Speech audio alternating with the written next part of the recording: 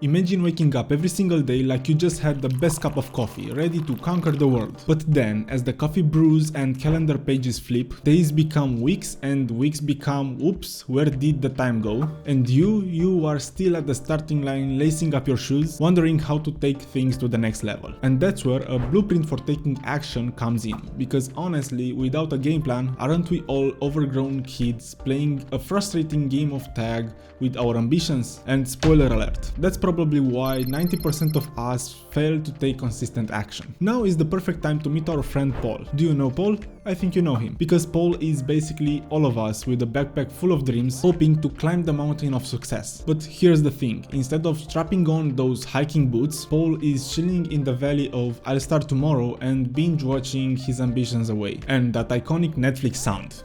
Tudum.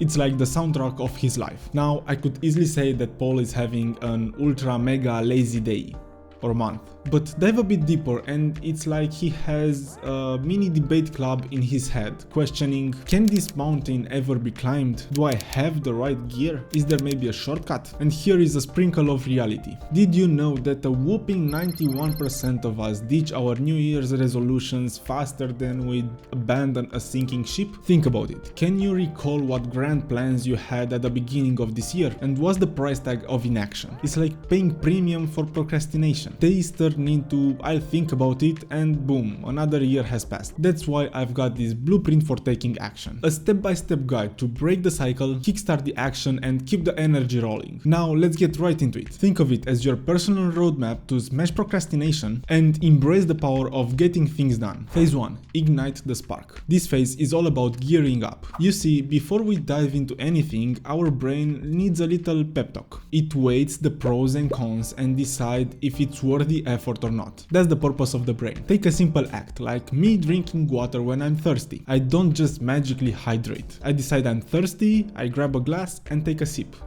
But I'm not thirsty right now.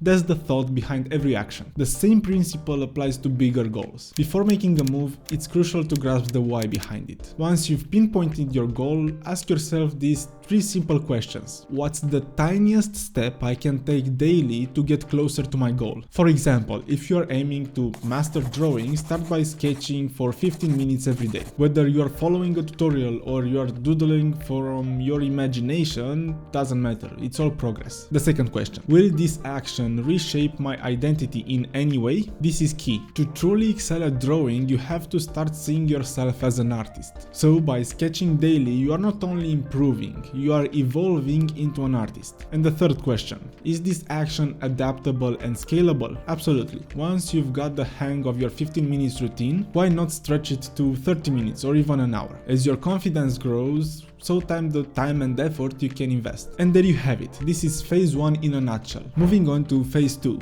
Pathway to progress. Think of this as your personal toolkit to take that first step, starting with my absolute favorite technique, the 5-minute rule. Try telling yourself, I'll just do this for 5 minutes, and if after that I don't want to continue, then I won't. And suddenly you are in the zone. And that's not just luck, it's neuroscience. When we kick off a task, our brain gets into the flow state, like a catchy song you can't stop humming. And trust me, it's a game changer. Just ask our friend Paul, who thought he was going to read for 5 minutes and now is finishing a book a week. Another great thing that will keep you on track is accountability. Now, do you remember how you did everything with your friends when you were younger? Basically, it's the same, but instead of playing football, you keep each other accountable for taking the right steps towards your goals. When you have someone that gives you support and help, you realize your mistakes and you are more likely to stick to your goals. Speaking of goals, have you ever set one and thought, how on earth can I achieve this? This is why it's very important to set controllable goals. Goals that are within your control. It's like setting your GPS to routes that you can actually travel to. It can be very frustrating to put a lot of time and effort into achieving your goal and not being able to get there. For example, don't don't plan to lose 10 pounds over the next month. The actual weight you lose, it's not really in your control. Instead, plan to always be in a caloric deficit and work out every day. You have complete control over these actions. Okay, great. So now that you are equipped with some strategies for creating progress, it's time to learn how to maintain it. Phase 3. Momentum mastery. Think of this as the final stretch in your marathon, where you keep up the pace, enjoy the run, and most importantly, cross that finish line in style. The most important thing you should consider is celebrating small wins. Have you ever noticed how every time you achieve something, no matter how small, you feel a little buzz of happiness? That's your brain giving you a high five in the form of dopamine. It's like nature's way of saying, good job, mate. So acknowledge it and do the same. Every time you make some progress, give yourself a pat on the back and reward yourself. But of course, it's not all sunshine and rainbows. We've all got those tricky obstacles we must overcome. Maybe it's doubt, maybe it's fear, or maybe it's that voice inside your head asking pizza or salad.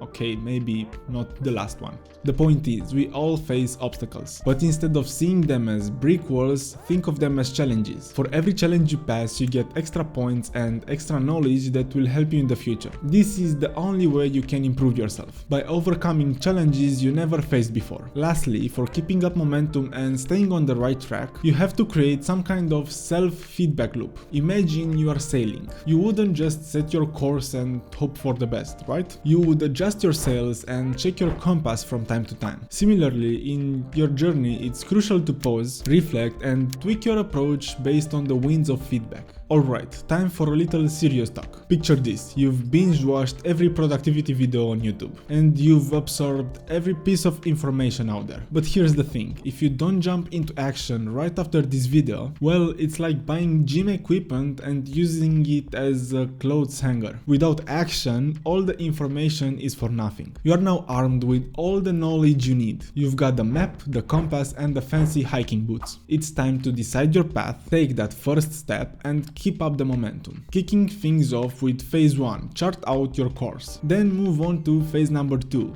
Start small, real small. Maybe it's just trying on those hiking boots, or setting a goal as simple as drink water, and use the 5-minute rule to outsmart that brain of yours. And then bring it home with phase 3. Keep the energy alive. Celebrate the tiny victories, dodge obstacles, and always check your compass with a self-feedback loop. So there you have it, your step-by-step guide to not just watching, but doing. If you took any value from this video, please give it a like. And subscribe to the channel so YouTube will recommend you this kind of videos in the future. Thanks for watching and see you in the next one.